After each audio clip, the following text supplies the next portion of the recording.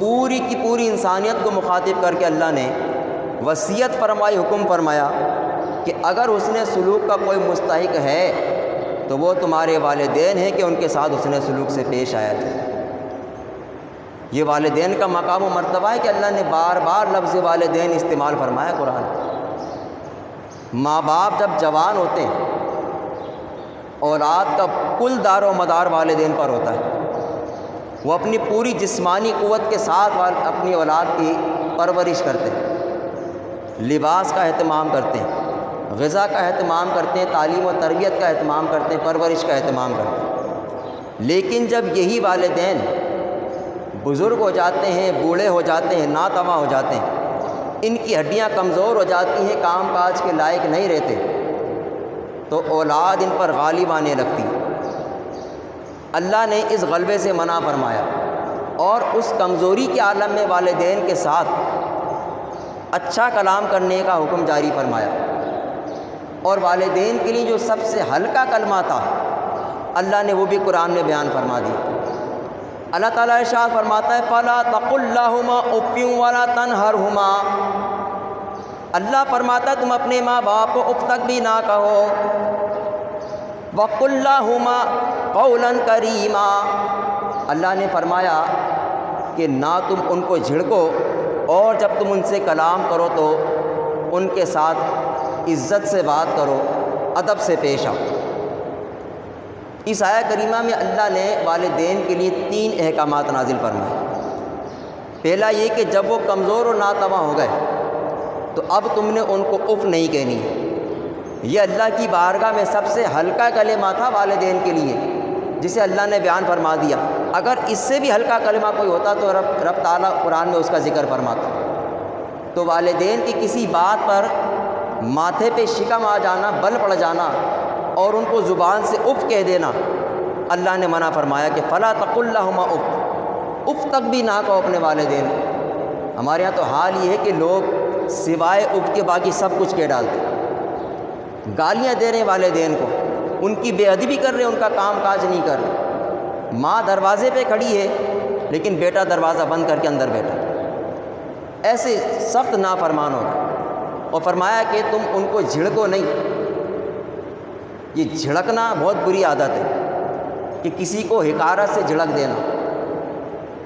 اللہ جانتا تھا کہ لوگ ایسے پیدا ہوں گے جو والدین کے ساتھ یہ حرکت کریں گے، لہٰذا پہلی حکم جاری فرما دیا کہ تمہارے لیے جائز نہیں کہ تم اپنے ماں باپ کو جھڑکو، اور فرمایا کہ تم اپنے ماں باپ کے ساتھ عزت سے بات کرو۔ وَقُل لَّهُمَا قَوْلًا كَرِيمًا، عزت سے بات کرو۔ یہ اللہ فرما رہا ہے، کوئی عام بندہ نہیں کہہ رہا۔ اللہ کی بارگاہ میں والدین کا اتنا مقام و مرتبہ ہے کہ اللہ نہیں چاہتا کہ تم ان کی بے عزتی کرو۔ ہمارے یہاں والدین کا ادب ہی نہیں ہے۔ اولاد بات کرنا شروع کرتی ہے تو نہ جانے کون کون سے کلمات استعمال کرتے۔ اللہ فرما رہا ہے عزت سے بات کرو، اور ہمارا حال یہ کہ عزت تو کجا، ہمیں تو یہی تمیز نہیں ہے کہ والدین کی بارگاہ میں الفاظ اور کلمات کون سے ہونے چاہیے۔ یہ سارا کا سارا ہمارے لیے ناسور بن گیا۔ تو اللہ نے 3 حکم نازل فرمائے کہ اف نہیں کہنا، ان کو جھڑکنا نہیں، اور ان سے عزت کے ساتھ بات کرنی۔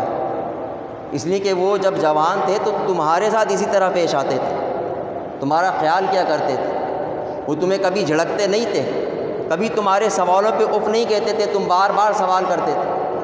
آج اگر وہ کمزور ہو گئے تو تم نے انہیں اس قابل سمجھ لیا کہ تم کچھ بھی کرتے پھرو گے۔ تو جو سچا مسلمان ہوگا، جس کا ایمان ہوگا اللہ اور آخرت پر، وہ ان احکامات کی پاسداری کرے گا۔ ماں باپ جب بزرگ ہو جائیں، بوڑھے ہو جائیں، وہ جوانی میں اپنی اولاد پر رحم کرتے ہیں، شفقت کرتے ہیں، پیار کرتے ہیں، ان پر محبت چھڑکتے ہیں، جان دیتے ہیں اپنی اولاد کے لیے۔ ماں باپ کے منہ سے کبھی آپ یہ نہیں سنیں گے کہ یا اللہ اس کو شفا دے دے، اس کے حق میں کچھ بہتری فرما دے۔ پیسہ لگا دیں گے، اپنی جان لگا دیں گے، لیکن دعا یہ ہوگی کہ ہماری اولاد زندہ بچ جائے۔ اولاد کا حال یہ ہے کہ جہاں دیکھا والدین بہت کمزور ہو گئے، بوڑھے ہو گئے، فوراً دعا مانگنا شروع کر دیا، اللہ ان کو شفا کاملہ عطا فرمائے۔ اور اس شفا سے مراد ان کی موت ہوتی ہے کہ یہ اٹھا لیا جائے، ان کو اب ہم سے ان کی پریشانی دیکھی نہیں جائے۔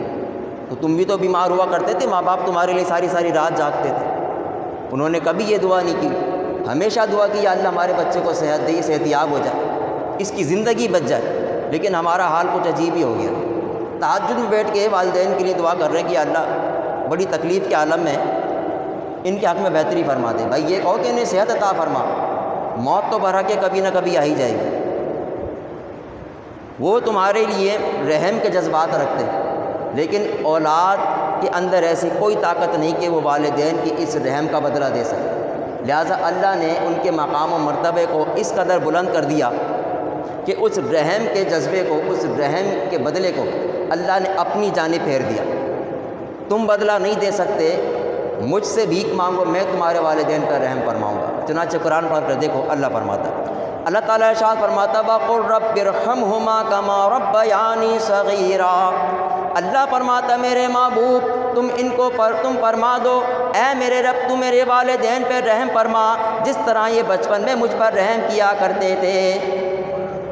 اولاد میں طاقت نہیں ہے، اولاد میں رحم کی طاقت ہوتی تو حضور علیہ الصلوۃ والسلام کو یہ حکم دیا جاتا کہ محبوب تم فرما دو کہ یہ لوگ اپنے والدین پر رحم کیا کریں، نہیں بلکہ حکم یہ دیا کہ محبوب تم فرماؤ کہ اے میرے رب میرے والدین پہ رحم فرما جس طرح یہ بچپن میں مجھ پر رحم کیا کرتے تھے۔ یہ ہے مقام و مرتبہ والدین کا کہ وہ اولاد پر ساری زندگی رحم شفقت لٹاتے رہیں تو ہم اس کا بدلہ نہیں دے سکتے۔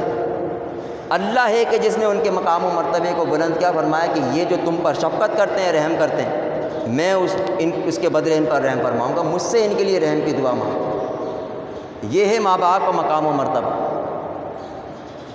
ماں کی عظمت شان اس قدر بلند ہے، وہ اپنی اولاد کو شکم میں رکھتی ہے، تکلیف برداشت کرتی ہے۔